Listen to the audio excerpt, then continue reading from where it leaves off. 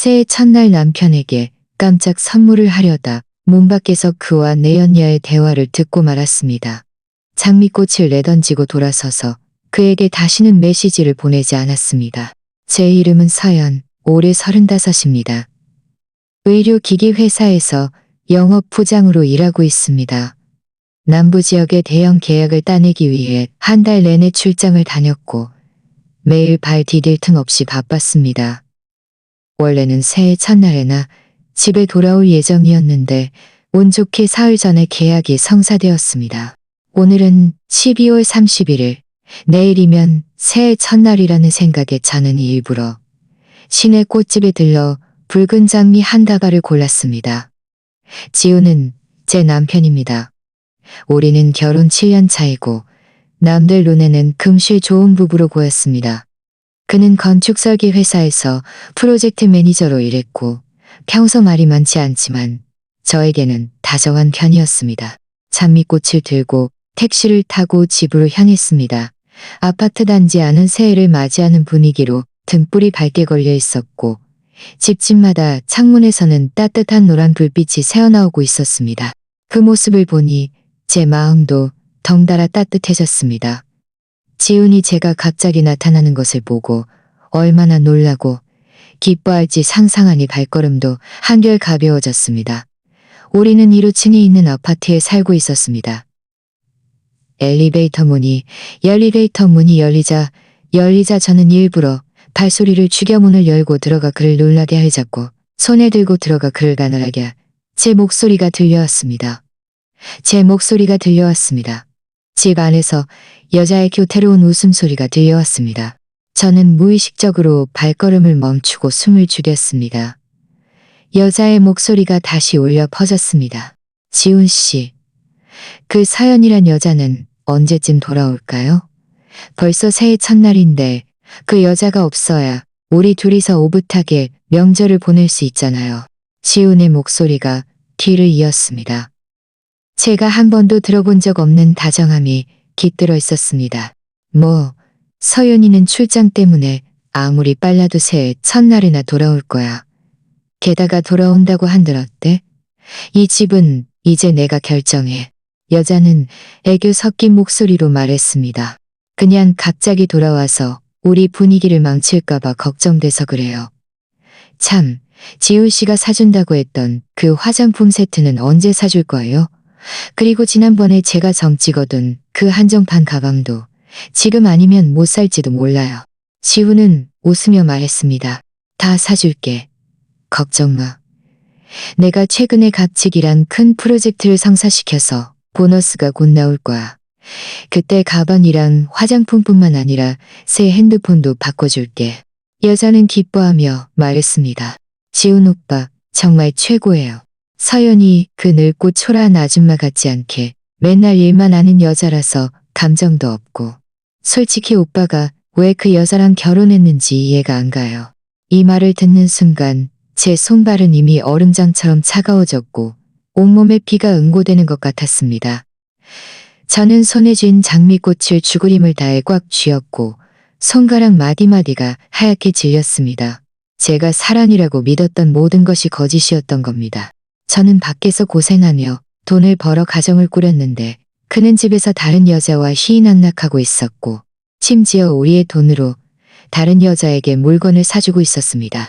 지훈은 콧방귀를 끼며 말했습니다. 그 여자가 집안 배경이 좋아서 그랬지 뭐. 내가 처음 사업 시작할 때 그쪽 아버지한테 도움 많이 받았거든. 하지만 지금은 달라. 나는 이미 자리를 잡았고 그 여자가 있든 없든 상관없어. 얼마 후에 기회를 봐서 이혼하고 그때 너랑 결혼할 거야. 여자는 흥분해서 물었습니다. 정말요?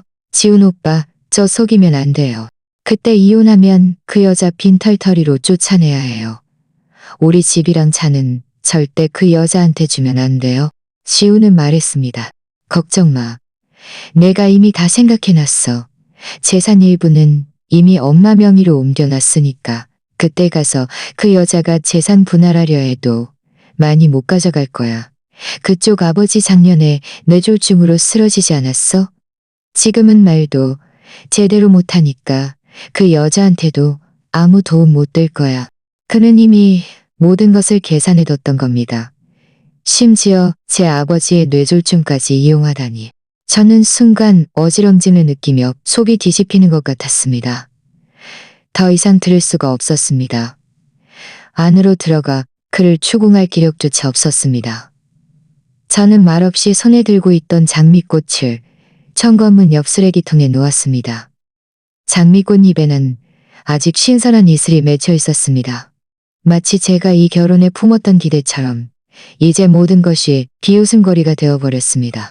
저는 문을 두드리지도 않았고 지훈에게 메시지를 보내지도 않았습니다. 그저 돌아서서 걸어 나왔습니다. 엘리베이터가 내려가는 동안 저는 차가운 벽에 기대어 마침내 참아왔던 눈물을 쏟아냈습니다. 7년의 결혼 생활, 7년의 헌신, 그 모든 것이 결국 이런 배신과 계산으로 돌아오다니. 저는 스스로에게 말했습니다. 서연아, 울지 마. 이런 남자 때문에 울 가치 없어. 오늘부터 나와 지훈은 완전히 끝이야. 아파트 단지를 벗어나자 밖은 바람이 세차게 불어 얼굴을 스쳤습니다. 저는 핸드폰을 꺼내 지훈의 번호를 차단하고 카카오톡도 삭제했습니다. 그가 새로운 삶을 시작하고 싶다면 그렇게 해주겠습니다. 하지만 저는 이대로 물러서지 않을 겁니다. 그가 제게 빚진 모든 것을 하나하나 되찾아올 겁니다. 아파트 단지 대문을 나서자 차가운 바람이 칼날처럼 얼굴을 핥히었습니다. 저는 코트깃을 바싹염했지만 여전히 뼛속까지 쉬었습니다. 손은 텅 비어 있었습니다. 방금 장미꽃을 버렸던 곳에는 희미한 꽃향기가 남아있는 것 같았는데 지금 제 심정과는 너무나 동떨어져 있었습니다. 주머니 속 핸드폰이 한 번 울렸습니다. 꺼내보니 가장 친한 친구 지은이 보낸 카카오톡 메시지였습니다. 출장에서 돌아왔는지 묻는 내용이었습니다. 내일 새해 첫날이라 저녁을 같이 먹자고 했습니다. 저는 잠시 망설이다 답장하지 않았습니다. 지금은 누군가를 만날 기분이 아니었고 이런 초라한 모습을 보여주고 싶지도 않았습니다. 저는 길가에 서서 오가는 차들을 바라보며 마음이 멍했습니다. 그 배신감으로 가득 찬 집 말고는 당장 갈 곳이 없었습니다. 안 돼. 아버지는 작년에 뇌졸중으로 쓰러지신 후 몸이 계속 안 좋으셨고 어머니는 하루 종일 아버지를 돌봐야 했습니다. 더 이상 그분들께 걱정을 끼쳐드릴 수 없었습니다. 게다가 지훈이 했던 말들을 어머니가 들으시면 분명 충격받으실 겁니다. 바로 그때 지은이 또 다른 카카오톡 메시지를 보냈습니다. 무슨 일 있냐고, 불편하면 자기가 와서 같이 있어주겠다고 했습니다. 화면 속 글자를 보는데 코끝이 시큰해지며 또다시 울음이 터질 뻔했습니다. 저는 깊이 숨을 들이쉬고 감정을 가다듬은 후 답장을 보냈습니다. 방금 돌아와서 좀 피곤해. 먼저 쉬어야 할 것 같아. 새해 지나고 연락할게. 메시지를 보낸 후 택시를 잡아탔습니다. 운전기사에게 이곳에서 너무 멀지 않은 곳에 깨끗하고 조용한 민박집을 찾아달라고 했습니다. 기사는 알았다고 하며 차를 출발시켰습니다. 저는 택시 뒷좌석에 기대어 창밖으로 빠르게 스쳐 지나가는 풍경을 보며 머릿속이 복잡했습니다. 지훈을 처음 만났을 때를 떠올렸습니다. 그는 졸업한 지 얼마 안 된 가난한 청년이었습니다. 빛바랜 셔츠를 입고 있었지만 눈빛은 강렬했습니다. 그가 저를 쫓아다닐 때 매일 아침 식사를 가져다 주었습니다. 비가 오나 눈이 오나 한 번도 거르지 않았습니다. 아버지는 처음에는 우리가 사귀는 것을 반대했습니다. 집도 차도 없어 저에게 좋은 삶을 줄 수 없을 거라고 했습니다.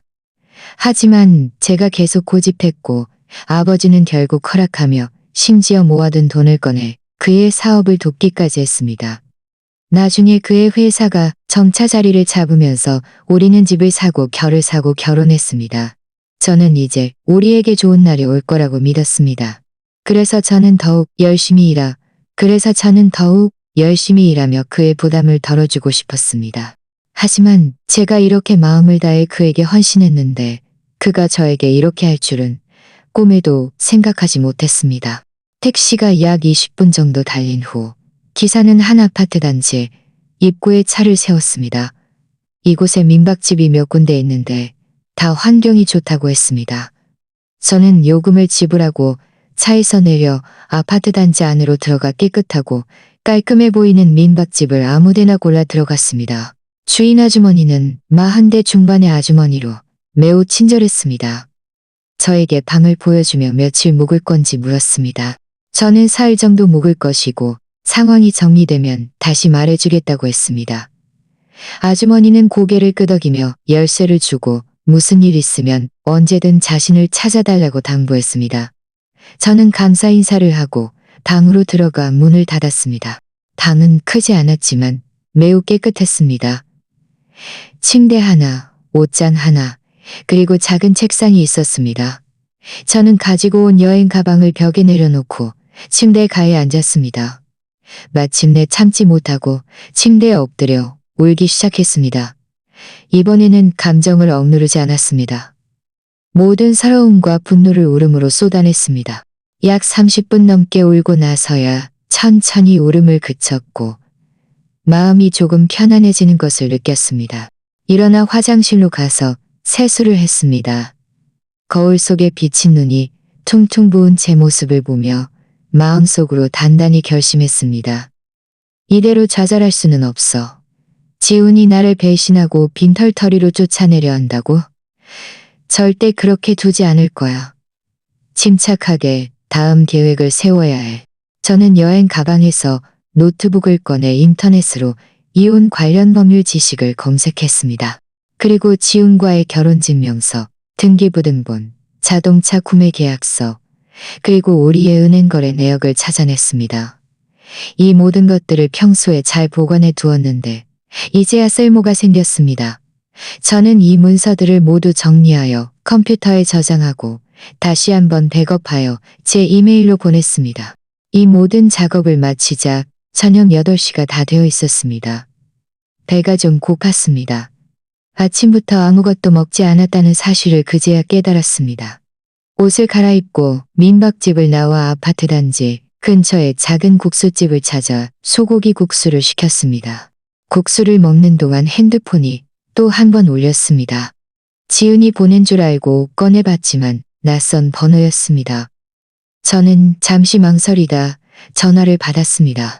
전화 너머에서 한 남자의 목소리가 들려왔습니다. 저에게 서연 씨가 맞냐고 물으며 지훈의 직장 동료인데 업무상 확인할 일이 있다고 했습니다. 저는 눈살을 찌푸리며 지금은 불편하니 지훈에게 직접 연락하라고 말한 후 전화를 끊었습니다. 전화를 끊고 나니 마음이 좀 불안했습니다. 지훈의 직장 동료가 왜 갑자기 저에게 전화를 했을까? 지훈이 제가 없어진 것을 눈치챈 걸까? 아니면 다른 무슨 일이라도 생긴 걸까? 더 이상 생각하고 싶지 않아 국수를 먹는 속도를 높였습니다. 국수를 다 먹고 서둘러 민박집으로 돌아왔습니다. 방문을 잠그고 창문도 다시 한번 확인했습니다. 이제부터는 조심하고 신중해야 한다는 것을 알았습니다. 지훈에게 발각되면 지금까지 제가 한 모든 노력이 수포로 돌아갈 겁니다. 민박방으로 돌아와 핸드폰을 모음으로 설정하고 책상 한 구석에 놓았습니다. 그 낯선 전화는 계속해서 제 마음을 불안하게 만들었습니다. 문에 기대어 한참을 서 있다가 겨우 책상 앞에 앉았습니다. 컴퓨터 화면은 아직 켜져 있었고 이혼 법률 지식 웹페이지가 떠 있었습니다. 마우스를 스크롤하며 조항들을 읽을수록 정신이 더 또렷해졌습니다. 이혼할 때 손해보지 않으려면 지금 가지고 있는 증명서와 거래 내역만으로는 부족했습니다. 지훈의 외도에 대한 확실한 증거와 그의 재산 은닉에 대한 확보해야 했습니다. 하지만 지금은 제가 모습을 드러낼 수 없었습니다. 지훈에게 발각되는 순간 그는 분명 증거를 미리 인멸할 겁니다. 이리저리 생각한 끝에 가장 좋은 방법은 믿을 만한 사설 탐정을 고용하는 것이었습니다. 예전에 회사 동료가 친구가 이혼할 때 탐정을 고용했는데 일 처리가 깔끔하고 비용도 합리적이었다고 했던 기억이 났습니다. 저는 동료의 카카오톡을 찾아 그에게 메시지를 보냈습니다. 탐정의 연락처를 알려줄 수 있냐고 물었습니다. 동료는 곧바로 답장했고 탐정의 자격을 꼭 확인하고 사gin하고 탐정의 자격을 꼭 확인하고 꼭 확인하고 꼭 확인하고 사gin하고 저는 감사 인사를 하고 탐정의 카카오톡을 추가했습니다. 탐정에게 상황을 설명했습니다. 남편의 외도를 의심하고 있으며 증거 수집을 도와달라고 했습니다. 또한 남편의 최근 재산 변동 내역도 조사해달라고 했습니다. 탐정은 지훈의 이름, 사진, 직장, 주소를 물었고 수수료 기준과 증거 인계 시기를 다시 확인했습니다. 사흘 안에 예비조사 결과를 알려주겠다고 했습니다. 카카오톡을 끊고 나니 마음이 조금 놓였습니다. 다음 시간 동안 가만히 있을 수 없었습니다. 저는 컴퓨터에 저장된 은행 거래 내역을 열어 하나하나 꼼꼼히 대조했습니다. 지훈은 매달 우리 공동 계좌로 일정 금액을 송금했지만 최근 6개월 동안 그 금액이 점점 줄어들고 있다는 것을 발견했습니다. 게다가 송금 시간도 일정하지 않았습니다.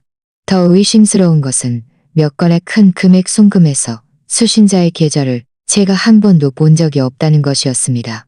저는 이 의심스러운 거래 내역들을 모두 캡처하여 저장하고 시간과 금액을 표시해 두었습니다. 다음 날은 새해 첫날이었습니다. 밖에서는 연신 폭죽 소리가 들려왔고 매우 시끌벅적했습니다. 하지만 저는 민박집 방 안에서 혼자 지냈고 문 밖으로 한 발짝도 나가지 않았습니다. 지은은 저에게 새해 인사 메시지를 보내왔고 같이 새해를 맞이하러 나갈 건지 물었습니다. 저는 몸이 안 좋아서 나가지 못한다고 말했습니다.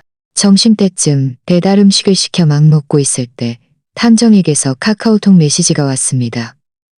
지훈의 내연녀가 누구인지 알아냈다고 했습니다.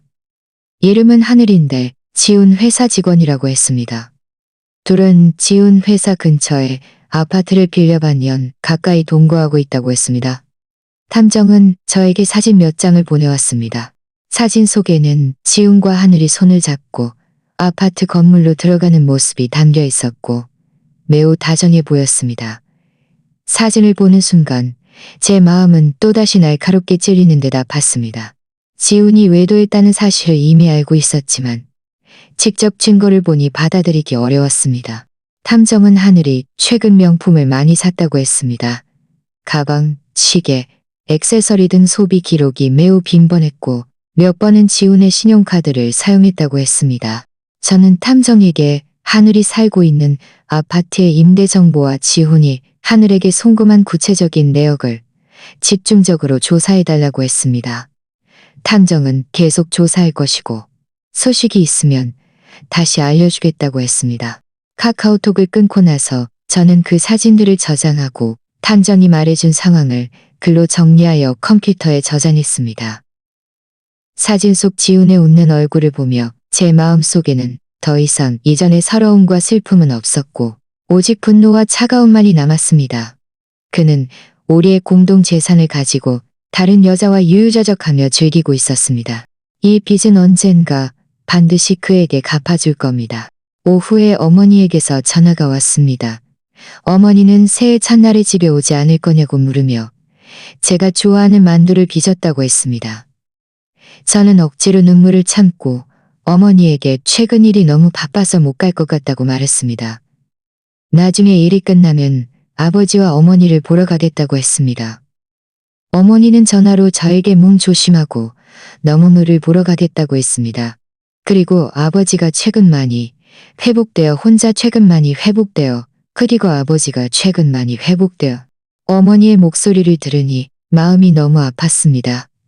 지훈의 일을 어머니에게 얼마나 말하고 싶었는지 모릅니다. 하지만 그럴 수 없었습니다. 저는 혼자 감당해야 했습니다. 전화를 끊고 잠시 울다가 눈물을 닦고 다시 증거 정리를 계속했습니다. 저녁 때쯤 탐정에게서 또 새로운 소식이 왔습니다.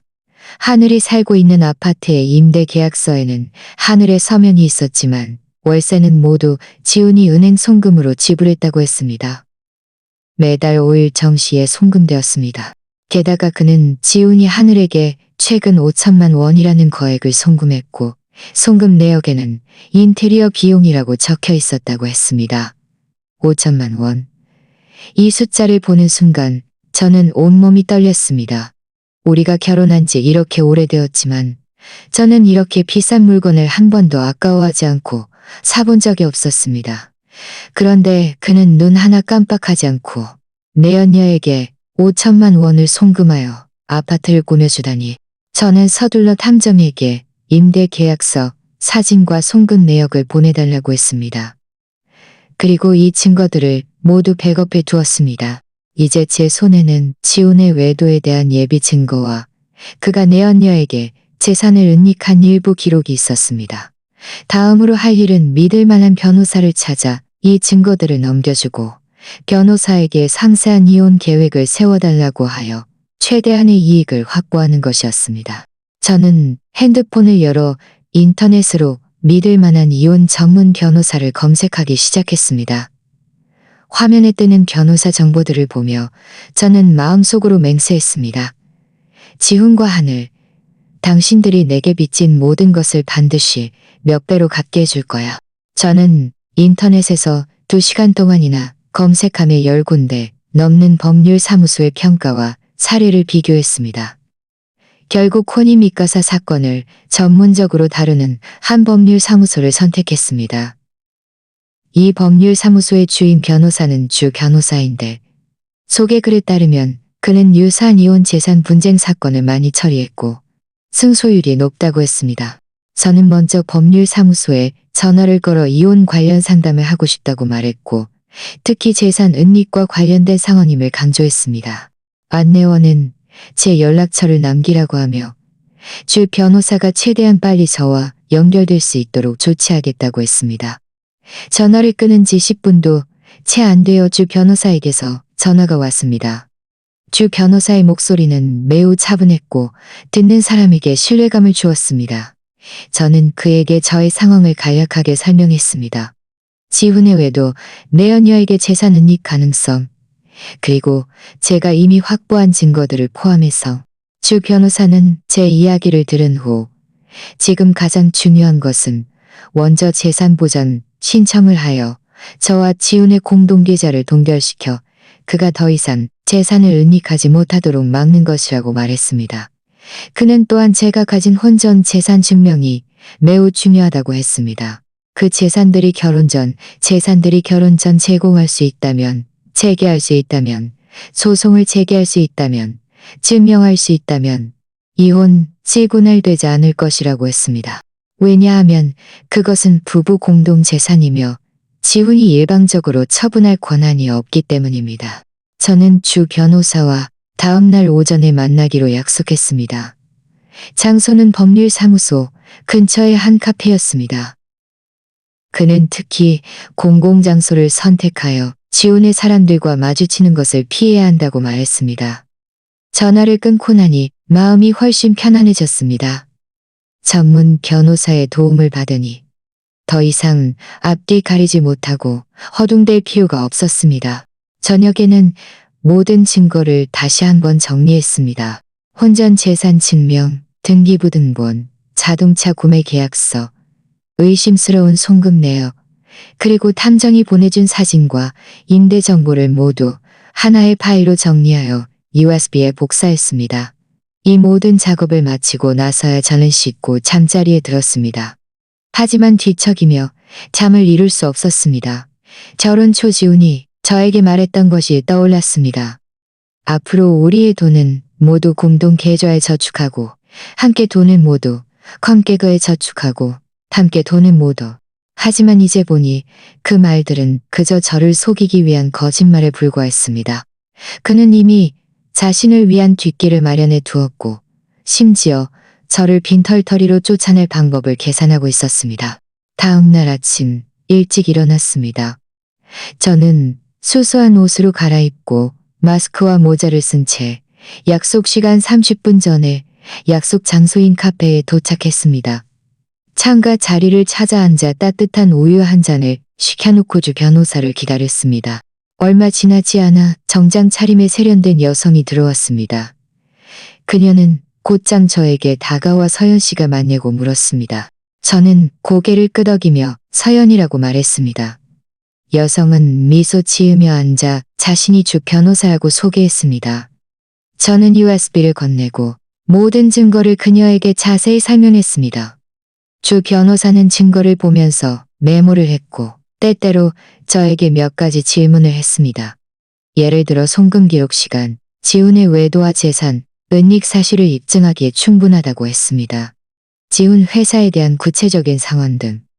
주 변호사는 약 1시간 정도 증거를 검토한 후 고개를 들고 증거를, 고개를 들고 증거를, 고개를 들고 그녀는 저에게 지금 바로 재산 보전 신청을 제출하고 동시에 이혼 소장을 준비할 것을 권했습니다. 그녀는 또한 자신이 최대한 빨리 자료를 정리하여 법원에 제출하겠다고 말했습니다. 저는 주 변호사와 위임 계약을 체결하고 변호사 비용을 지불했습니다. 주 변호사는 앞으로의 모든 절차는 자신이 처리할 것이니 걱정하지 말고 전화만 계속 연결해두고 언제든지 협조해달라고 말했습니다. 그녀는 또한 저에게 최근에는 최대한 모습을 드러내지 말고 지훈과 정면으로 충돌하는 것을 피하여 그가 극단적인 행동을 하지 못하도록 주의하라고 당부했습니다. 카페에서 나와 저는 민박집으로 돌아가지 않고 택시를 타고 은행으로 향했습니다. 공동 계좌의 잔액을 직접 확인하고 싶었습니다. 은행에 도착하여 신분증과 은행카드를 내밀고 직원에게 잔액 조회를 부탁했습니다. 직원이 조회하더니 계좌에 200만 원도 채 남지 않았다고 말했습니다. 제 마음은 쿵 하고 가라앉았습니다. 역시나 예상대로였습니다. 지훈은 이미 대부분의 재산을 은닉했습니다. 저는 직원에게 최근 1년간의 계좌, 거래 내역을 출력해달라고 요청한 후 서둘러 그 내역을 주 변호사에게 보냈습니다. 주 변호사는 곧바로 답장했습니다. 이 내역을 추가, 증거로 제출하여 재산 보전 신청 절차를 서두르겠다고 했습니다. 민박집으로 돌아와 막 자리에 앉았을 때 핸드폰이 울렸습니다. 주 변호사였습니다. 그녀는 법원에서 저의 재산 보전 신청을 이미 접수했고 저와 지훈의 모든 공동 계좌를 동결했다고 말했습니다. 은행 계좌, 투자 계좌, 주식 계좌를 포함해서요. 이 소식을 듣는 순간 불안했던 제 마음이 드디어 진정되었습니다. 주 변호사는 또한 지훈 명의로 작년에 새로 구입한 차량이 한 대 있는데 그의 개인 명의로 등록되어 있지만 구매 시기가 우리 결혼 기간 중이므로 부부 공동재산에 해당한다고 했습니다. 그녀는 이미 법원에 이 차량에 대한 안다고 했습니다. 그녀는 이미 법원에 이 차량에 대한 압류 신청을 했다고 말했습니다. 저는 주 변호사에게 감사 인사를 하고 전화를 끊었습니다. 그렇게 쉽지 않을 겁니다. 저는 이미 첫걸음을 내디뎠습니다. 이제부터는 하나하나 제 것을 모두 되찾아올 겁니다. 바로 그때 제 핸드폰이 또 울렸습니다. 이번에도 낯선 번호였습니다. 저는 잠시 망설이다 전화를 받았습니다. 전화 너머에서 지훈의 목소리가 들려왔습니다. 그의 목소리는 매우 짜증이 나 있었고 저에게 대체 어디냐고 왜 전화를 받지 않느냐고 물었습니다. 그리고 집에 무슨 일이 생겼으니 빨리 돌아오라고 했습니다. 저는 비웃음을 흘리며 전화를 끊고 이 번호도 차단했습니다. 지훈이 분명 계좌 동결 사실을 알고 초조해하고 있을 겁니다. 그가 지금 저를 찾는 것은 재산 보전 신청을 처리하게 하려는 것일 뿐입니다. 저는 그렇게 어리석지 않을 겁니다. 더 이상 그에게 저를 해칠 기회를 주지 않을 겁니다. 저는 핸드폰을 한쪽에 던져두고 컴퓨터를 켜서 그동안의 업무 성과를 정리하기 시작했습니다. 이미 이혼을 결심했으니 제 인생을 다시 계획해야 했습니다. 일은 저의 가장 든든한 버팀목이었습니다. 지훈의 번호를 차단한 후 저는 핸드폰을 방해금지 모드로 바꾸고 업무 자료 정리에 집중했습니다. 저는 이 의료기기 회사에서 8년 동안 일하며 평범한 영업사원에서 부장으로 승진했고 많은 고객 자원과 프로젝트 경험을 쌓았습니다. 이 모든 것이 제가 살아갈 자산이었습니다. 이혼 후에 어떻게 되든 저는 스스로 살아갈 수 있을 겁니다. 오후까지 정리하고 있을 때 제 핸드폰이 갑자기 울렸습니다. 지훈이 보낸 카카오톡 메시지였습니다. 지훈이 자기에게 전화해서 제가 어디 있는지 아느냐고 물었다고 했습니다. 제 마음은 철렁 내려앉았고 서둘러 지은에게 뭐라고 대답했는지 물었습니다.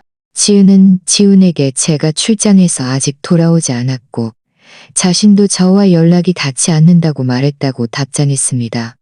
그리고 지훈의 목소리가 매우 초조해 보였고 제가 출장 간 구체적인 장소, 언제 돌아올기 등저에 대한 많은 것을 물었다고 했습니다. 지훈은 모두 대충 얼버무렸습니다. 저는 모두 대충 얼버무렸으니 걱정하지 말라고 했습니다. 저는 지훈에게 고맙다고 답장하고 지훈이 또 전화하면 계속 연락이 닿지 않는다고 말하고 지훈이 지훈의 메시지를 보니 마음이 따뜻해졌습니다. 다행히 이런 친구가 있어서요. 카카오톡을 끊고 나니 마음이 조금 불안했습니다. 지훈이 저를 찾지 못하면 가만히 있지 않을 겁니다. 그가 지은을 찾아냈으니 다른 친구들을 찾아낼 수도 있고 심지어 회사로 저를 찾아올 수도 있습니다. 저는 서둘러 회사 비서에게 전화해서 최근 몸이 안 좋아서 며칠 휴가를 내야 할 것 같다고 말했습니다. 누가 저를 찾으면 연락이 닿지 않는다고 말해달라고 했습니다. 비서는 평소 저와 사이가 좋았던 어래달라고 했습니다. 그녀는 흔쾌히 승낙하며 제가 괜찮은지 걱정스럽게 물었습니다.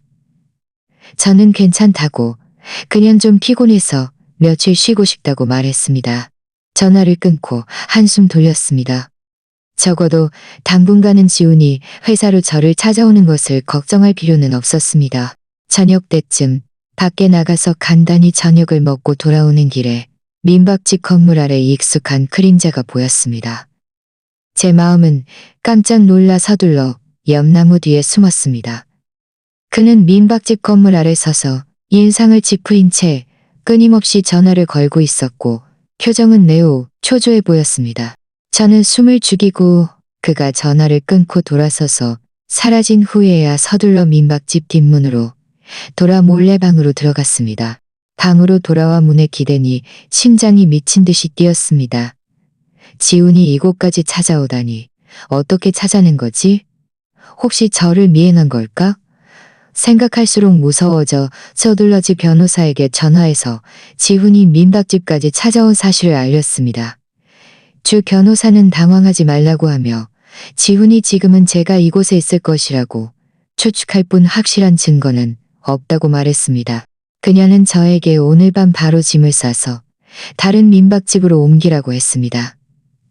이곳에서 최대한 멀리 떨어진 곳이 좋다고 했습니다. 그녀는 또한 법원과 소통하여 이혼 사건 심리 진행을 서두르겠다고 하며 제가 지훈에게서 최대한 빨리 벗어날 수 있도록 돕겠다고 했습니다. 전화를 끊자마자 저는 서둘러 짐을 쌌습니다. 제가 가져온 물건이 많지 않아 금방 정리할 수 있었습니다.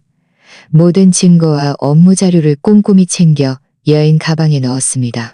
그리고 민박집 아주머니에게 메시지를 보내 사정이 생겨 일찍 떠나야 할 것 같으니 남은 반값을 환불해달라고 했습니다. 아주머니는 곧바로 답장했고 환불이 가능하며 혹시 도움이 필요하냐고 물었습니다. 저는 괜찮다고 말한 후 여행 가방을 끌고 뒷문으로 몰래 빠져나왔습니다.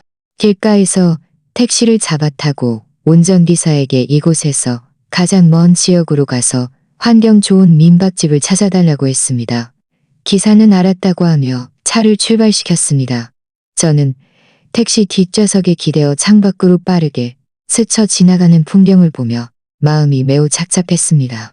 저는 마치 도망자처럼 제 남편에게 쫓겨 사방으로 숨어 다녀야 했습니다. 택시가 1시간 넘게 달린 후에야 제가 지정한 지역에 도착했습니다. 기사는 환경 좋은 민박집을 찾아주었고 저는 요금을 지불하고 차에서 내려 민박집으로 들어가 체크인 수속을 박았습니다. 이 민박집은 이전에 묵었던 곳보다 조금 더 컸고 환경도 더 조용했습니다. 방으로 들어가 여행 가방을 벽 한 구석에 놓고 문을 잠근 후 창문도 다시 한번 확인했습니다. 핸드폰을 꺼내 새로운 민박집 주소를 주 변호사와 지은에게 보냈습니다. 지낼 곳을 옮겼으니 무슨 일이 있으면 카카오톡으로 연락해달라고 말했습니다. 메시지를 보내자마자 제 핸드폰이 울렸습니다. 낯선 번호였습니다. 저는 잠시 망설이다 전화를 받았습니다. 저는 잠시 망설이다 전화를 받았습니다. 저는 암호마에서 지훈의 목소리가 들려왔습니다.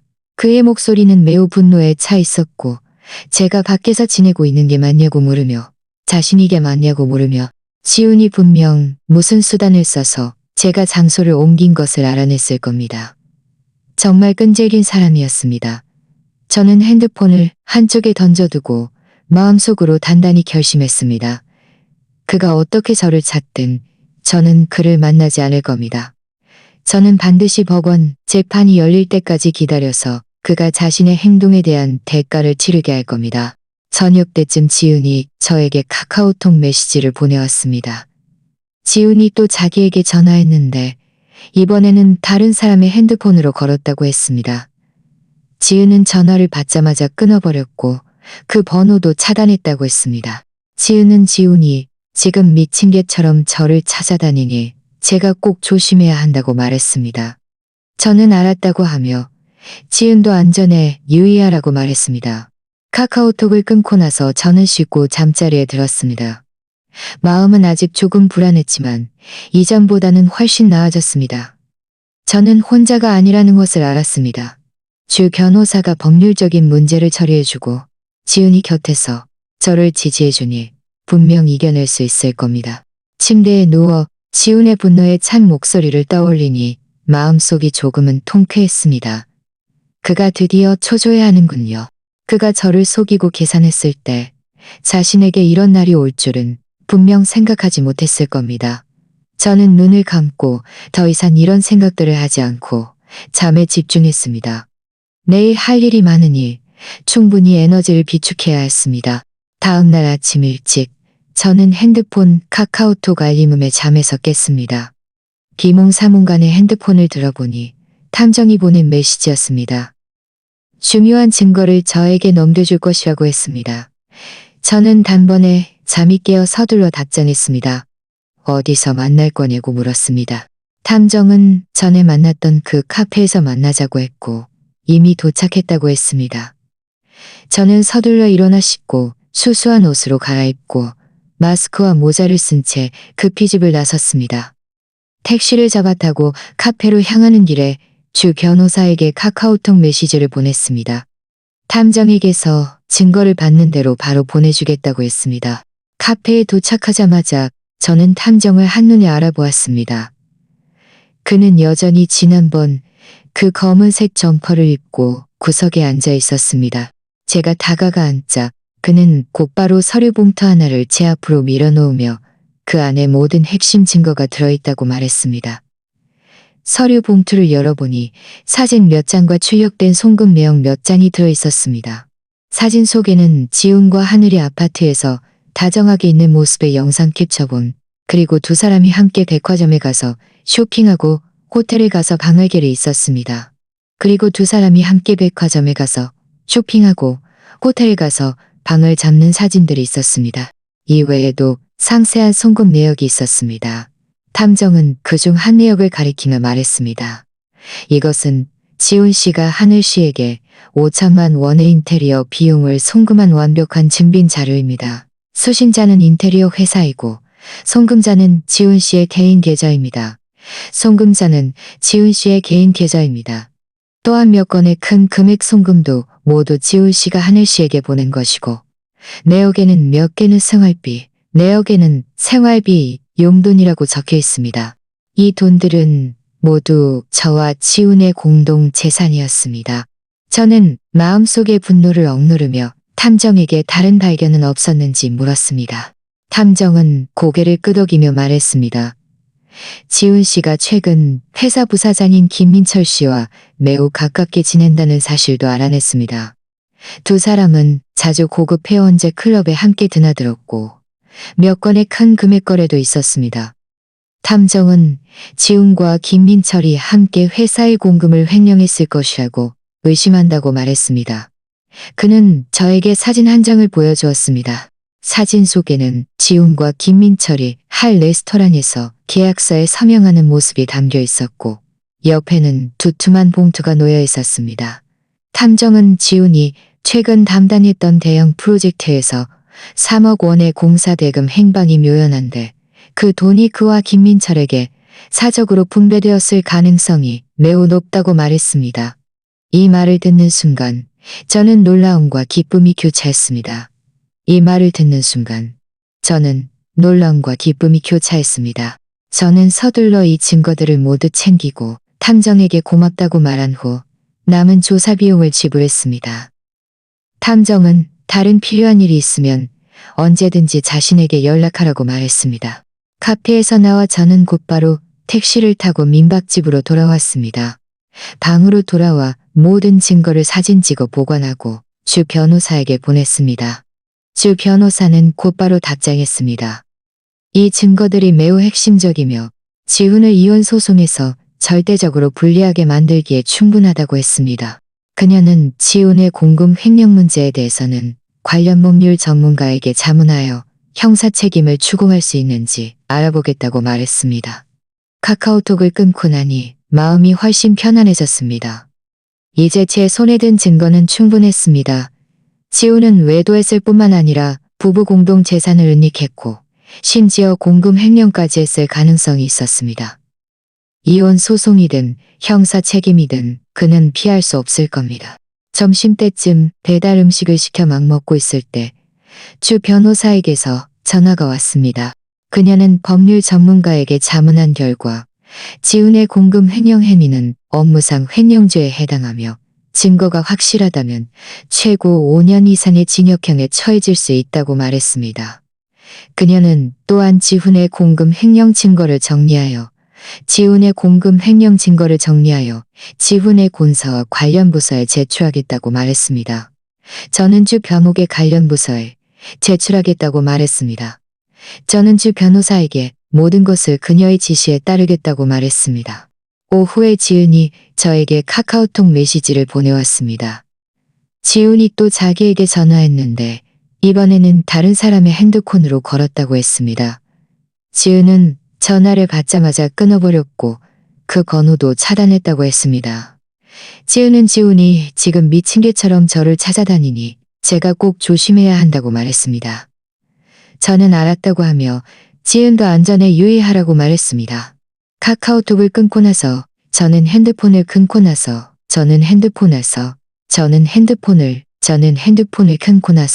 이제 제가 할 일은 주 변호사의 소식을 기다리고 법원 재판이 열리기를 기다리는 것뿐이었습니다. 저녁 때쯤 주 변호사에게서 전화가 왔습니다. 그녀는 지훈의 공금 횡령 증거를 이미 지훈 회사의 본사와 감사부서에 제출했다고 말했습니다. 지훈 회사의 본사는 이 일을 매우 중요하게 여겨 이미 특별조사팀을 구성하여 조사 중이라고 했습니다. 주 변호사는 또한 지훈이 이제 공금 횡령 사실이 드러났다는 것을 알게 되었을 것이므로 분명 더 초조해할 것이니 제가 꼭 안전에 유의하고 저는 주 변호사에게 조심하겠다고 말했습니다. 전화를 끊고 창가로 가서 밖의 밤 풍경을 바라보았습니다. 이제부터의 날들이 순탄치 않을 수도 있다는 것을 알았지만 저는 이미 준비가 되어 있었습니다. 회사에 빚진 것, 법에 빚진 건 모두 그에게 갚게 할 겁니다. 더 이상 예전처럼 행동하지 않을 겁니다. 저는 저 자신을 위해 정의를 되찾을 겁니다. 침대에 누워 이전처럼 뒤척이지 않았습니다. 제 마음은 매우 평온했고 심지어 약간의 기대감마저 들었습니다. 재판이 열리는 그날 지훈이 자신의 행동에 대한 대가를 치르는 그 순간을 기대하며 저는 눈을 감고 곧바로 잠이 들었습니다. 꿈속에서 저는 소송에서 이기고 제 모든 것을 되찾아 새로운 삶을 시작했습니다. 다음 날 아침잠에서 깨어보니 창문 틈새로 햇살이 방 안으로 비쳐들어 따뜻했습니다. 저는 기지개를 켜고 일어나 씻었습니다. 기분은 이전보다 훨씬 나아졌습니다. 직접 라면을 끓여 먹고 컴퓨터를 켜서 업무 자료 정리를 계속했습니다. 오전 10시쯤 문 밖에서 갑자기 다급한 노크 소리가 들려왔습니다. 제 마음은 깜짝 놀라 무의식적으로 숨을 죽였습니다. 이 민박집에 묵은 지 이틀밖에 되지 않았는데 주인 아주머니 외에는 제가 이곳에 있다는 것을 아는 사람이 없었습니다. 설마 지훈일까? 노크 소리는 점점 더 커졌고 지훈의 외침 소리도 함께 들려왔습니다. 서연, 너 안에 있는 거 알아. 문 열어. 그의 목소리를 듣는 순간 제 심장은 목구멍까지 치솟았습니다. 그가 정말 이곳까지 찾아오다니. 저는 아무 말도 하지 않고 문 뒤로 가서 현관문의 렌즈를 통해 밖을 내다보았습니다. 지훈은 문 앞에 서 있었고 머리는 헝클어져 있었으며 눈은 핏줄로 가득해 보였습니다. 그는 매우 초췌하고 분노에 차 있었습니다. 그의 옆에는 낯선 남자 2명이 서 있었는데 체격이 크고 그가 데려온 조력자들 같았습니다. 지훈은 안에서 아무런 움직임이 없자 다시 힘껏 문을 두드리며 말했습니다. 서연, 숨지 마. 네가 내 계좌를 동결시킨 거 알아. 빨리 문 열고 제대로 얘기해. 저는 여전히 아무 말도 하지 않고 어떻게 해야 할지 생각했습니다. 바로 그때 지훈이 갑자기 문을 발로 차기 시작했습니다. 민박집 문은 나무문이라 그의 발길질을 견디지 못하고 쿵쿵 소리를 냈습니다. 마치 언제든 부서질 것 같았습니다. 저는 놀라서 몇 걸음 뒤로 물러나 서둘러 핸드폰을 꺼내 주 변호사에게 카카오톡 메시지를 보냈습니다. 지훈이 제가 사는 곳을 찾아와 문을 발로 차고 있다고. 빨리 방법을 찾아달라고 했습니다. 주 변호사는 곧바로 답장했습니다. 당황하지 말고 이미 경찰에 신고했으니 최대한 지훈과 정면으로 충돌하지 말라고 했습니다. 카카오톡을 끊고 나서 저는 민박집 아주머니에게 메시지를 보내 빨리 올라와서 좀 봐달라고 했습니다. 얼마 지나지 않아 아주머니가 올라왔습니다. 그녀는 지훈이 문을 발로 차고 있는 것을 보고 서둘러 그에게 다가가 막았습니다. 손님, 이러지 마세요. 여기는 민박집인데 이렇게 소란 피우시면 안 됩니다. 지훈은 아주머니를 밀쳐내며 말했습니다. 지훈은 아주머니를 밀쳐내며 말했습니다. 내 마누라를 찾으러 왔어. 안에 있어. 아주머니는 몸을 가다듬고 눈살을 찌푸리며 말했습니다. 손님, 아무리 부인을 찾으러 오셨어도, 문을 찾으러 오셨어도, 문을 가주머니를 찾으러 오셨어도. 바로 그때 문 밖에서 사이렌 소리가 들려왔습니다. 점점 더 가까워졌습니다. 지훈은 사이렌 소리를 듣자마자 얼굴색이 변하며 문을 발로 차는 것을 멈췄습니다. 그는 문을 향해 악랄하게 말했습니다. 서연, 두고 보자. 너 가만 안 둬. 말을 마치고 그는 그 낯선 남자 2명과 함께 서둘러 떠났습니다. 그들이 떠나는 발소리를 듣고 나서야 저는 안심했습니다. 다리에 힘이 풀려 바닥에 주저앉을 뻔했습니다. 잠시 후 노크 소리가 다시 들렸습니다. 이번에는 경찰이었습니다. 저는 문으로 가서 현관문 렌즈를 통해 경찰임을 확인한 후에야 문을 열었습니다. 경찰이 방으로 들어와 저에게 서연 씨가 맞냐고 물었고 사건 경위를 물었습니다. 저는 지훈이 문을 발로 찬 일을 그들에게 설명했고 핸드폰에 저장된 지훈이 저에게 보낸 괴롭힘 메시지와 통화 기록도 보여주었습니다. 경찰은 기록을 하고 저에게 그들에게 지훈에게 경고하여 더 이상 저를 괴롭히지 못하도록 하겠다고 말했습니다. 경찰이 떠난 후 아주머니도 방으로 들어와 제가 괜찮은지 걱정스럽게 물었습니다. 저는 괜찮다고 고맙다고 말했습니다. 아주머니는 지훈이 다시 오면 제일 먼저 자신에게 말해달라고 자신이 경찰에 신고해주겠다고 했습니다. 저는 감사 인사를 하고 아주머니를 방 밖으로 배웅했습니다. 문을 닫고 문 뒤에 기대니 마음이 매우 착잡했습니다. 지훈이 재산 보절 신청을 처리하게 하려고 이렇게 극단적인 짓을 하다니. 그는 문을 발로 찼을 뿐만 아니라 조력자까지 데려왔으니 정말 초조해하고 있는 것이 분명했습니다. 주 변호사에게 전화해서 지훈이 이미 떠났다고 알려주려던 참에 문 밖에서 또 노크 소리가 들려왔습니다. 제 마음은 깜짝 놀랐습니다. 설마 지훈이 다시 돌아온 걸까? 현관문 렌즈를 통해 밖을 내다보니 이번에는 문 앞에 지훈이 서 있었습니다. 저는 서둘러 문을 열고 지훈을 들어오게 했습니다. 지훈은 들어오자마자 제 손을 잡고 제가 괜찮은지 걱정스럽게 물었습니다. 저는 괜찮다고 경찰이 이미 다녀갔다고 말했습니다. 지은은 주 변호사에게서 지훈이 이곳까지 찾아왔다는 소식을 듣고 제가 걱정되어 서둘러 달려왔다고 말했습니다. 저는 지훈에게 방금 일어난 일을 설명했습니다. 지훈은 화가 나서 어쩔 줄 몰라 했습니다. 지훈, 그 망할 자식이 너무 심하다고. 감히 저에게 이렇게 하다니. 안 되겠어. 내가 가서 따져야겠어. 저는 지훈을 붙잡고 말했습니다. 가지마. 그럴 가치 없어. 이제 경찰이 경고했으니 더 이상 오지 못할 거야. 그리고 지금 우리에게 가장 중요한 건 법원 재판이 열려서 그가 법의 심판을 받게 하는 거야.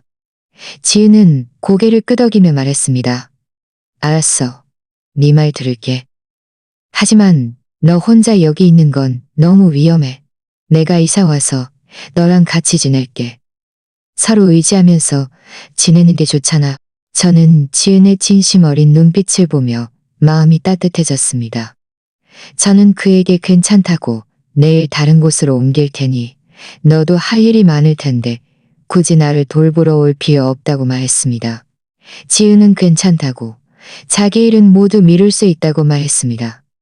제가 자기를 이사 오게 하지 아니면 불안해서 안 될 것 같다고 했습니다. 저는 지은을 이길 수 없어. 결국 그가 저와 함께 지내는 것을 허락했습니다. 저는 지은을 이길 수 없어. 결국 그가 저와 함께 지내는 것을 허락했습니다. 저는 지은을 문 앞까지 배웅했습니다. 그가 떠나는 뒷모습을 보며 마음이 매우 감동했습니다. 지은이 곁에 있으니 더 이상 두렵지 않을 겁니다. 지은이 저녁에 이사 올 때 많은 짐을 가지고 왔고 과일과 간식도 사왔습니다. 그는 짐을 정리하고 저에게 말했습니다. 이제 자기가 여기 살 테니 자기가 있으면 지훈이 더 이상 와서 소란 피우지 못할 거라고 했습니다. 그의 바쁜 모습을 보니 마음속에 감사가 가득했습니다. 이런 친구가 곁에 있으니 확실히 훨씬 안심이 되었습니다. 저녁에 우리는 침대에 누워 이야기를 나누었습니다. 지훈은 오늘 지훈 회사 상황을 좀 알아봤는데 지훈이 최근 프로젝트 자금 문제로 회사 본부의 조사를 받고 있어서 스트레스가 매우 크다고 말했습니다. 저는 그에게 그건 다 그가 자초한 일이라고 누가 공금을 횡령하래. 지훈은 고개를 끄덕이며 말했습니다. 그래. 하지만 너도 조심해야 해. 그는 지금 모든 일을 네 탓으로 돌릴 게 분명해. 혹시 또 극단적인 행동을 할 수도 있어. 다음 날 아침 일찍 저는 주 변호사의 카카오톡 메시지를 받았습니다. 주 변호사는 지훈 회사 특별조사팀이 이미 자신에게 연락해서 지훈의 공금 횡령 증거에 대해 더 자세히 알고 싶어 한다고 말했습니다. 그녀는 이미 탐정이 찾아낸 관련 증거를 조사팀에 넘겨주었고 조사팀 사람들에게 상황을 설명했다고 말했습니다. 저는 주 변호사에게 보냈습니다. 그리고 그들 사이에 작은 거래에 수고 많으셨다고 말했습니다. 카카오톡을 끊고 나서 저는 컴퓨터를 켜서 지훈과 김인철이 함께 서류에 서명하고 김인철이 함께 서류에 서명하고 컴퓨터를 켜서 이 증거들은 지훈과 김민철이 공범이라는 것을 증명하기에 충분했습니다. 오전 10시쯤 주 변호사에게서 전화가 왔습니다. 그녀는 조사팀이 지훈의 공금 횡령 사실을 이미 확인했으며 김민철은 자신을 보호하기 위해 모든 책임을 지훈에게 떠넘겼다고 말했습니다. 김민철은 자신이 지훈에게 속았을 뿐 지훈이 공금을 횡령한 사실을 몰랐다고 주장했습니다. 이 말을 듣는 순간 저는 비웃음을 흘렸습니다. 김민철, 그 사람은 정말 교활하구나. 그들이 서로 싸우는 동안 저는 어부지리를 얻을 수 있을 겁니다. 주 변호사는 또한 지훈 회사가 이미 지훈을 해고하기로 결정했으며 그의 법적 책임을 추궁하고 회사 손실을 배상하게 할 것이라고 말했습니다. 전화를 끊고 나서 저는 이 소식을 지훈에게 알렸습니다. 정말 잘 됐어. 지훈은 기뻐하며 말했습니다. 지훈이 드디어 벌을 받는구나. 그는 이제 직장도 잃고 계좌도 동결됐으니 점심때쯤 낯선 전화가 걸려왔습니다. 전화 너머에서 한 여자의 목소리가 들려왔는데 매우 화가 난 목소리로 저에게 서열 씨가 맞냐고 물었습니다. 저는 맞다고 대답하며 누구냐고 물었습니다. 여자는 자신이 하늘이라고 말했습니다. 그 이름을 듣는 순간 제 마음은 아무런 동요도 없었습니다. 하늘은 전화로 소리쳤습니다. 하늘은 전화로 소리쳤습니다. 왜 지훈 오빠 계좌를 동결시키고 직장까지 익히고 저는 비웃음을 흘리며 말했습니다. 하늘 씨, 아직도 뻔뻔하게 저한테 물어요? 제 돈과 지훈 씨의 공동 재산을 쓰고 우리의 돈으로 꾸민 아파트에 살면서 이제 와서 저를 비난할 자격이 있어요? 하늘은 말했습니다. 제가 지훈 오빠 돈을 쓰는 게 당신이랑 무슨 상관이에요? 지훈 오빠가 저한테 쓰겠다고 하는데 당신은 그저 질투하는 거죠. 지훈 오빠가 저한테 쓰겠다고 하는데 당신은 그저 질투하는 거죠. 지훈 오빠가 저를 사랑하는 거죠. 저는 그와 쓸데없는 말을 하고 싶지 않았습니다. 당신이 어떻게 생각하든 상관없습니다. 말을 마친 후 저는 전화를 끊고 그의 번호도 차단했습니다. 옆에서 듣고 있던 지은은 화가 나서 어쩔 줄 몰라 했습니다. 하늘 그 여자 정말 뻔뻔하네. 네 돈을 쓰면서 이렇게 당당하게 굴다니. 저는 그에게 이런 사람에게 화낼 필요 없다고, 그는 곧 얼마나 무서운지 알게 될 거라고 말했습니다. 오후에 지훈에게서 문자가 왔습니다. 새로운 번호로 온 문자였습니다. 문자 내용은 이랬습니다. 서연, 너 정말 너무해. 네가 내 모든 걸 망쳤어. 너 가만 안 둘 거야. 저는 문자를 읽고도 전혀 두렵지 않았습니다. 오히려 우스꽝스럽게 느껴졌습니다. 그는 이제 궁지에 몰려 아무것도 남지 않았는데 감히 저를 위협하다니.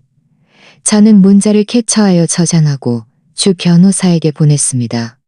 주 변호사는 걱정하지 말라고 하며 이 문자를 경찰에 제출하여 지훈이 저를 괴롭힌 증거로 삼겠다고 말했습니다.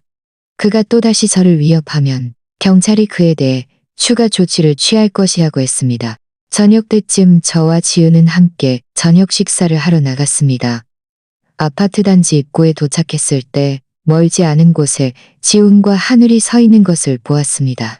지훈은 고개를 숙이고 매우 초췌해 보였습니다. 하늘은 옆에서 그에게 소리치며 싸우고 있었습니다. 지훈 오빠, 지금 이 꼴 좀 봐. 직장도 잃고 돈도 없어졌잖아. 내가 오빠랑 같이 있으면 무슨 의미가 있어? 나 오빠랑 헤어질 거야. 지훈은 고개를 들고 하늘을 바라보며 말했습니다. 난 오빠랑 같이 고생 안 해. 내가 반드시 방법을 찾을게. 이 일이 해결되면 예전처럼 너에게 잘해줄게. 하늘은 말했습니다. 말을 마친 하늘은 돌아서서 뒤도 돌아보지 않고 가버렸습니다. 지훈은 하늘이 떠나는 뒷모습을 보며 매우 분노했고 동시에 무력감에 빠졌습니다. 그는 갑자기 저와 지은을 보았고 그의 눈은 징후로 가득했습니다. 그가 달려오려 하자 지은은 서둘러 제 앞에 막아서며 말했습니다. 지훈, 뭐 하려는 거야? 여기 CCTV 있어. 네가 감히 손대면 우리 경찰에 신고할 거야. 지훈은 발걸음을 멈추고 저를 향해 악랄하게 노려보며 말했습니다. 서연, 다 너 때문이야. 그가 떠나는 뒷모습을 보며 제 마음속에는 동정심이라고는 한 조각도 없었습니다. 이 모든 것은 그 자신이 자초한 일이었습니다. 그는 저를 배신하고 공금을 횡령했습니다. 이제 이런 처지에 놓인 것은 모두 그가 마땅히 받아야 할 업보였습니다. 민박집으로 돌아와 지은은 저에게 지훈이 지금 분명 저를 매우 증오할 것이니 앞으로 외출할 때는 반드시 자신과 함께 다니고 혼자 나가지 말라고 말했습니다. 저는 알았다고 말했습니다. 저녁에 침대에 누우니 마음이 매우 평온했습니다. 지훈은 이미 회사에서 해고되었고 하늘도 그와 헤어졌습니다. 그는 이제 재판을 기다리며 모든 것을 잃었습니다. 다음은 법원 재판이 열려 그가 자신의 행동에 대한 더 큰 대가를 치르게 하는 것뿐이었습니다. 다음 날 아침 일찍 저는 아직 잠에서 깨기 전 지은의 핸드폰 벨소리에 잠이 깼습니다. 지은은 전화를 받고 몇 마디 듣더니 갑자기 흥분해서 저에게 말했습니다. 서연아, 빨리 일어나봐. 볼만한 구경거리가 생겼어. 저는 눈을 비비며 무슨 일이냐고 물었습니다. 지우는 핸드폰을 저에게 건네며 말했습니다. 네가 직접 봐봐. 하늘이가 지훈 오빠의 사적인 녹음 파일을 인터넷에 올렸어. 지금 난리 났어. 저는 핸드폰을 받아 지은이 보여줄 링크를 클릭했습니다. 지역인기 온라인 커뮤니티의 게시글이었습니다. 제목은 모건축회사 프로젝트 매니저, 결혼 중 외도 및 공금 횡령으로 내연 여부연, 녹음 파일 증거 확보라고 적혀 있었습니다. 게시글을 클릭하니 정말로 몇 개의 녹음 적혀 있었습니다. 게시글을 클릭하니 정말로 몇 개의 녹음 파일이 첨부되어 있었습니다. 헤드폰을 끼고 그중 하늘에 재생했습니다. 녹음 파일을 재생했습니다. 녹음 파일 속에는 지훈과 그때는 매일 큰 집에서 살고 맛있는 거 먹고 즐겁게 지내자. 하늘은 애교 섞인 목소리로 웃으며 말했습니다. 지훈 오빠 정말 멋져. 그런데 서연이 그 여자 아직 돈 좀 모아둔 거 있지 않아? 어떻게든 그 돈도 가져올 방법 없을까? 다른 녹음 파일에서는 지훈이 하늘에게 자신이 어떻게 재산을 은닉했는지, 어떻게 김민철과 공모하여 공금을 횡령했는지 말하고 있었습니다. 그리고 서연은 바보 같은 여자라서 수년 동안 자신에게 속아 넘어갔다고 말했습니다. 한마디가 제 분노를 치솟게 했지만 더 큰 것은 통쾌함이었습니다. 이 녹음 파일들은 지훈의 죄를 입증하는 명백한 증거였습니다. 게시글 아래에는 이미 수천 개의 댓글이 달려 있었습니다. 모두 지훈을 쓰레기 같은 남자라고 욕하고 하늘을 불륜녀라고 욕하며 지훈의 회사와 이름을 밝혀내야 한다고 말했습니다. 몇몇 댓글은 자신들이 지훈을 안다고 말하며 지훈이 평소 회사에서 점잖은 척했는데 이런 사람일 줄 몰랐다고 했습니다. 또 어떤 사람은 지훈이 담당했던 그 프로젝트에 많은 입주민들이 불만을 가지고 있었는데 저는 핸드폰을 지훈에게 돌려주며 말했습니다. 하늘이가 이렇게 할 줄은 몰랐네. 지은은 흥분해서 말했습니다. 이게 바로 개싸움이지. 하늘이는 분명 지훈이 더 이상 이용 가치가 없다고 생각해서 떠나기 전에 뭐라도 챙기거나 아니면 자기를 속인 지훈에게 복수하고 싶은 걸 거야. 어쨌든 우리한테는 좋은 일이야. 이 녹음 파일들 때문에 지훈이 죄를 더 많이 받게 될 거야. 이 게시글에 링크를 보내주고 이 녹음 파일들을 증거로 보관하여 법원에 제출해달라고 했습니다. 주 변호사는 곧바로 답장했습니다. 이 게시글을 이미 보았고 관련 증거를 정리 중이라고 했습니다. 그리고 지금 여론이 우리 편이니 우리 이혼 소송에 매우 유리할 것이라고 말했습니다. 오전에 주 변호사에게서 전화가 왔습니다. 그녀는 지훈이 이 게시글 때문에 이미 네티즌들에게 상세한 신상이 털렸다고 말했습니다. 그의 회사, 주소, 전화번호, 심지어 부모님의 정보까지요. 지금 많은 네티즌들이 그에게 전화하고 메시지를 보내 욕하고 있었고 그의 부모님 집도 네티즌들에게 둘러싸여 상황이 매우 좋지 않다고 했습니다. 주 변호사는 또한 지훈 회사의 본사가 이미 성명을 발표하여 지훈의 행동이 회사의 표정 및 직업 윤리를 심각하게 위반했으므로 그를 공식적으로 해고하고 그의 법적 책임을 추궁하여 그의 법적 책임을 배상하게 할 것이라고 말했습니다. 지훈은 이제 파산하고 명예가 실추되었을 뿐만 아니라 길거리의 쥐새끼처럼 모든 사람에게 손가락질 받는 신세가 되었습니다. 이 모든 것은 그가 마땅히 받아야 할 업보였습니다. 그가 처음에 저를 속이고 계산했을 때 이런 처지에 놓일 줄은 꿈에도 생각하지 못했을 겁니다. 점심때쯤 지훈이 저에게 친구에게 들었는데 하늘이 지훈의 남은 자산 일부를 챙겨 이 도시를 떠났다고 말했습니다. 지훈은 이 사실을 알고 하늘을 찾아다녔고 하늘이 살던 아파트에도 찾아갔지만 하늘은 이미 아파트를 비우고 사라졌다고 했습니다. 지훈은 분노에 차 아파트 건물 아래에서 소리치고 난동을 부리며 물건을 부수기까지 했고 결국 경찰에 체포되었다고 했습니다.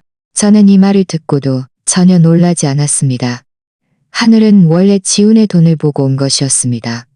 이제 지훈에게 돈이 없으니 그녀는 분명 돈을 챙겨 도망갈 겁니다. 지훈은 이제 부인도 잃고 사업도 망한 격이었습니다. 직장도 잃고 재산도 잃었으며 심지어 내 언니에게 배신당해 온 국민의 조롱거리가 되었습니다. 오후에 저와 지은은 함께 쇼핑하러 나갔습니다. 한 백화점 입구에 도착했을 때 많은 사람들이 모여 옹성거리는 것을 보았습니다. 우리가 다가가 보니 지훈이 몇몇 채권자들에게 둘러싸여 있었습니다. 이 채권자들은 아마 지훈이 공금을 횡령한 공범이거나 아니면 그가 빌린 사채업자들일 겁니다. 한 대머리 남자가 지훈이 옷깃을 잡고 말했습니다. 제가 반드시 갚을게요. 지가 반드시 갚을 거야. 지금 문제 갚을 거야? 지금 문제 생겼다고 발뺌하려는 거야? 지금 문제 생겼다고 발뺌하려는 거야? 우리가 이미 충분히 시간을 줬잖아. 너는 이제 망신당하고 명예도 잃었는데 누가 너를 믿겠어? 오늘 돈 안 갚으면 못 가. 말을 마치고 채권자들은 지훈을 주먹으로 때리고 발로 차기 시작했습니다. 지훈은 머리를 감싸고 바닥에 웅크린 채 비명을 지르며 빌었습니다. 주변 사람들은 모두 구경만 할 뿐 아무도 나서서 돕지 않았습니다. 아무도 나서서 돕지 않았습니다. 저런 쓰레기 같은 놈은 맞아뒀어. 저와 지훈은 잠시 지켜보다 돌아서서 떠났습니다. 더 이상 지훈의 비참한 모습을 보고 싶지 않았습니다. 그가 얼마나 비참하게 맞든 모두 그 자신이 자초한 일이었습니다. 우리는 쇼핑을 마치고 민박집으로 돌아왔습니다. 저녁 때쯤 주 변호사에게서 전화가 왔습니다. 그녀는 법원에서 재판 일정을 이미 확정했고 사흘 뒤라고 말했습니다. 그녀는 또한 지훈이 채권자들에게 폭행당해 지금 병원에 입원해 있지만 그가 입원했어도 재판에는 영향을 미치지 않을 것이라고 했습니다. 그가 출석하지 않으면 법원에서 골석 재판을 진행할 것이라고 말했습니다. 저는 주 변호사에게 알았다고 정시에 출석하겠다고 말했습니다. 전화를 끊고 나니 마음이 드디어 안심되었습니다. 이렇게 오랫동안 기다렸는데 드디어 재판이 열리는군요. 저는 창밖의 밤 풍경을 바라보며 기대감에 가득 찼습니다. 사흘 뒤면 저는 지훈에게서 완전히 벗어나 제 모든 것을 되찾고 새로운 삶을 시작할 수 있을 겁니다. 지훈이 다가와 제 어깨를 두드리며 말했습니다. 긴장하지 마. 주 변호사님이 계시니까 우리 분명 이길 거야. 저는 웃으며 말했습니다. 긴장 안 해. 그냥 앞으로의 삶을 어떻게 살아야 할지 생각 중이야. 지은은 말했습니다. 앞으로의 날들은 분명 점점 더 좋아질 거야. 너 이혼하고 나면 우리 같이 여행 가서 실컷 쉬자. 저는 고개를 끄덕이며 말했습니다. 좋아. 재판 당일. 저는 일찍 일어났습니다. 지은은 일부러 저와 함께 법원에 갔고 따뜻한 두유와 찐빵도 사주었습니다. 그는 저에게 너무 많이 생각하지 말라고 오늘이 지나면 모든 것이 끝날 거라고 말했습니다. 저는 고개를 끄덕이며 찐빵 한 입을 베어 물었습니다. 마음이 매우 편안했습니다. 법원에 도착하자 주 변호사가 이미 문 앞에서 우리를 기다리고 있었습니다. 그녀는 검은색 정장을 입고 있었고 손에는 두툼한 서류 뭉치를 들고 있어 매우 유능해 보였습니다. 주 변호사는 저에게 말했습니다. 서연 씨, 긴장하지 마세요. 모든 증거가 준비되었으니 우리 분명 이길 겁니다. 법정으로 들어가 자리에 앉았습니다. 얼마 지나지 않아 지훈도 왔습니다. 그는 환자복을 입고 있었고 얼굴은 창백했으며 다리를 절뚝거리고 있어 매우 초라해 보였습니다. 그의 옆에는 경찰 2명이 따라붙어 있었는데 병원 측에서 특별히 그를 데려온 것 같았습니다. 지훈은 저를 보자마자 눈에 증오가 가득했지만 그보다 더 큰 것은 절망이었습니다. 재판이 시작된 후 판사는 먼저 양측의 신분 정보를 확인했습니다. 그리고 주 변호사가 저의 소송 청구를 진술했습니다. 주 변호사는 제가 지훈과의 이혼을 요구하며 부부 공동 재산 분할을 요구한다고 말했습니다. 지훈이 외도하고 재산을 은닉한 과실 행위가 있으므로 그가 재산을 적게 분할받거나 아예 분할받지 못하도록 요구했습니다. 동시에 그가 하늘에게 은닉한 부부 공동 재산을 바늘에게 은닉한 부부 공동 재산을 다 또한 지훈의 공금 횡령 행위는 이미 범죄에 해당하며 관련 증거도 이미 사법기관에 제출되었다고 말했습니다. 지훈의 변호사는 그를 변호하며 말했습니다. 지훈이 재산을 은닉한 것은 사업상의 어려움 때문이지 고의가 아니며 그와 하늘은 그저 평범한 직장 동료 관계였을 뿐 외도한 상황은 아니라고 했습니다. 지훈도 이에 동조하며 말했습니다. 판사님, 저는 외도하지 않았고 고의로 재산을 은닉하지도 않았습니다. 고의로 재산을 은닉하지도 않았습니다. 모두 서연이 오해한 겁니다. 저와 서연은 아직 감정이 남아있으니 주 변호사는 이전에 준비해 두었던 증거들을 내밀었습니다. 탐정이 찾아낸 사진, 영상 캡처본, 송금 내역, 그리고 하늘이 인터넷에 올린 사적인 녹음 파일을 포함해서요. 주 변호사는 이 증거들을 하나하나 판사에게 제출했고 그 녹음 파일도 재생했습니다. 그 녹음 파일도 재생했습니다. 그 녹음 파일도 재생했습니다. 녹음 파일 속 지훈과 하늘을 숙이고 검사가 그에게 더 변명하게 들려왔고 법정 안은 모두 조용해졌습니다. 지훈의 얼굴은 새하얗게 변했고 판사는 몇 가지 관련 질문을 더한 후 선고 기일을 정하고 재판을 마쳤습니다. 법정을 나오자 지훈은 경찰에게 연행되었습니다. 그가 제 옆을 지나갈 때 악랄하게 한마디 했습니다. 네가 내 모든 걸 망쳤어. 내가 죽어서도 너 가만 안 둘 거야. 저는 그를 무시했습니다. 그런 위협은 저에게 이미 아무런 의미가 없었습니다. 지훈은 제 손을 잡고 말했습니다. 지훈은 제 손을 잡고 말했습니다. 그는 그냥 미친놈이야. 이제 증거가 확실하니 우리 분명 이길 거야. 결과가 어떻든 저는 이미 준비가 되어 있었습니다. 사흘 뒤 법원의 판결문이 나왔습니다. 판사는 저와 지훈의 이혼을 판결했습니다.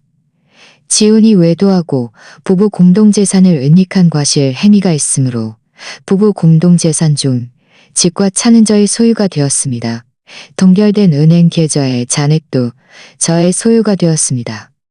동결된 은행 계좌의 잔액도 저의 소유가 되었습니다. 동시에 지훈이 하늘에게 은닉한 1억 원이 넘는 부부 공동재산을 반환하라고 판결했습니다. 또한 지훈의 공금 횡령 행위 없는 부부 공금 판결했습니다. 판결문을 받아든 순간 저는 마침내 울음을 터뜨렸습니다. 이것은 서러움의 눈물이 아니라 해방의 눈물이었습니다. 저는 드디어 지훈에게서 완전히 벗어나 제 모든 것을 되찾았습니다. 주 변호사가 제 어깨를 두드리며 말했습니다. 주 변호사가 제 어깨를 두드리며 말했습니다. 축하합니다. 축하합니다. 서연 씨. 모든 것이 끝났습니다. 저는 주 변호사에게 감사 인사를 하고 지훈과 함께 법원을 나섰습니다. 밖의 햇살이 매우 좋았고 몸에 닿으니 따뜻했습니다. 좋아. 저녁에 저와 지훈은 함께 근사한 저녁 식사를 했습니다. 식사 중에 지훈이 저에게 말했습니다. 지훈의 부모님이 병원에 그를 보러 갔다가 그에게 쫓겨났다고 했습니다. 그의 부모님은 매우 상심하며 그를 아들이라고 생각하지 않는다고 말했습니다. 게다가 지훈의 채권자들도 그의 가족을 가만두지 않았고 자주 그의 부모님 집에 가서 그들을 부모님 집에 가서 그들을 괴롭히며 돈을 갚으라고 했다고 했습니다. 이 말을 듣고도 자주 그들 갚으라고 했습니다. 처음에 지훈이 저를 속이고 계산했을 때 그들도 막아서지 않았습니다. 이제 이런 처지에 놓인 것은 모두 자업자득이었습니다. 얼마 지나지 않아 저는 법원 집행으로 돌아온 금액을 받았습니다. 지훈이 하늘에게 은닉한 1억 원이 넘는 돈과 그가 회사에 배상해야 할 돈의 일부를 포함해서요. 저는 이 돈들을 저축하고 다니던 직장을 그만두었습니다. 새로운 환경에서 다시 시작하고 싶었습니다. 저는 그 돈으로 작은 꽃집을 열었습니다. 저는 항상 꽃을 좋아했지만 예전에는 일이 바빠서 제가 좋아하는 일을 할 시간이 없었습니다. 이제 드디어 제가 좋아하는 일을 할 수 있게 된 겁니다. 꽃집은 장사가 매우 잘 되었습니다. 매일 많은 손님들이 꽃을 사러 왔습니다. 이 오색 찬란한 꽃들을 보며 제 기분도 점점 더 좋아졌습니다. 지은은 자주 꽃집에 와서 저를 도와주었고 장사도 도와주었습니다. 그는 최근 좋은 남자를 만났고 새로운 사랑을 시작할 준비를 하고 있다고 저에게 말했습니다. 저는 그를 위해 기뻐했고 그가 행복하기를 바랐습니다. 어느 날 제가 꽃집에서 바쁘게 일하고 있을 때 익숙한 그림자가 보였습니다. 하늘이었습니다. 그녀는 매우 초췌해 보였고 옷도 매우 저렴해 보였습니다. 예전의 화려한 모습은 찾아볼 수 없었습니다. 그녀는 저를 보자마자 서둘러 고개를 숙이고 돌아서서 떠나려 했습니다. 저는 그녀를 불러 세웠습니다. 하늘씨, 잠깐만요. 그녀는 발걸음을 멈추고 돌아서서 저를 어색하게 바라보았습니다. 그녀는 발걸음을 멈추고 돌아서서 저를 어색하게 바라보았습니다. 제가 말했습니다. 하늘씨가 지금 힘든 시간을 보내고 있다는 것을 알아요. 만약 반환하지 않으면 법원에서 강제 집행할 겁니다. 하늘은 울면서 말했습니다. 서연씨, 제가 잘못했어요. 제가 서연씨 가정을 파괴하고 서연씨 돈을 쓰지 말았어야 했는데 하지만 저 지금 정말 돈이 없어요. 지훈 오빠가 저를 속였어요. 결혼할 거라고 했는데 결국 그 자신은 감옥에 갔고 제가 챙겨간 그 돈들도 다 써버렸어요. 저는 그녀를 동정하지 않았습니다. 그건 하늘 씨는 자신의 행동에 대한 대가를 치러야 해요. 말을 마친 후 저는 돌아서서 꽃집 안으로 돌아왔고 더 이상 그녀를 상대하지 않았습니다. 그녀의 초라한 뒷모습을 보며 제 마음속에는 아무런 동요도 없었습니다. 길은 그 자신이 선택한 것이고 결과도 그 자신이 감당해야 할 뿐입니다. 날들이 하루하루 지나고 제 꽃집은 점점 더 번창했습니다. 저는 부모님을 모셔와 저와 함께 살게 했습니다. 아버지의 몸은 매우 잘 회복되어 매일 공원에 산책을 가고 장기를 두셨습니다. 어머니는 꽃집에서 저를 도와 장사를 돌보셨습니다. 가족 모두가 매우 행복하게 살았습니다. 때때로 저는 지훈을 떠올리곤 했습니다. 그가 교도소에서 행실이 좋지 않아 자주 다른 수감자들과 싸웠고 독방에 갇혔다는 소식을 들었습니다. 그의 부모님도 그의 일 때문에 다른 도시로 이사가서 다시는 돌아오지 않았다고 합니다. 그리고 하늘은 돈을 반환하지 못해 법원으로부터 신용불량자 명단에 올려 고소비가 제한되어 매우 힘든 삶을 살고 있다고 합니다. 이것이 그들의 마지막이었습니다. 예전에는 제 인생이 항상 지훈을 중심으로 돌아가고 그와 함께 늙어갈 것이라고 생각했습니다. 하지만 새해 첫날의 깜짝 선물이 배신의 악몽으로 변할 줄은 꿈에도 생각하지 못했습니다. 다행히 저는 이 악몽에 굴하지 않고 용감하게 일어서서 저 자신의 인생을 되찾았습니다. 지금의 저는 매우 행복합니다. 제가 좋아하는 직업이 있고 저를 사랑하는 직업이 있고 저를 사랑하는 부모님이 계시고 저를 사랑하는 부모님이 계시고 진심으로 저를 대해주는 젠디를 사람을 사랑하며 저는 미래의 날들이 점점 더 좋아질 것이라는 것을 압니다. 오늘 이야기가 좋으셨다면 좋아요와 구독 부탁드립니다. 어떤 유형의 이야기가 더 보고 싶으신지 댓글로 공유해주세요. 계속해서 멋진 이야기를 전해드리겠습니다.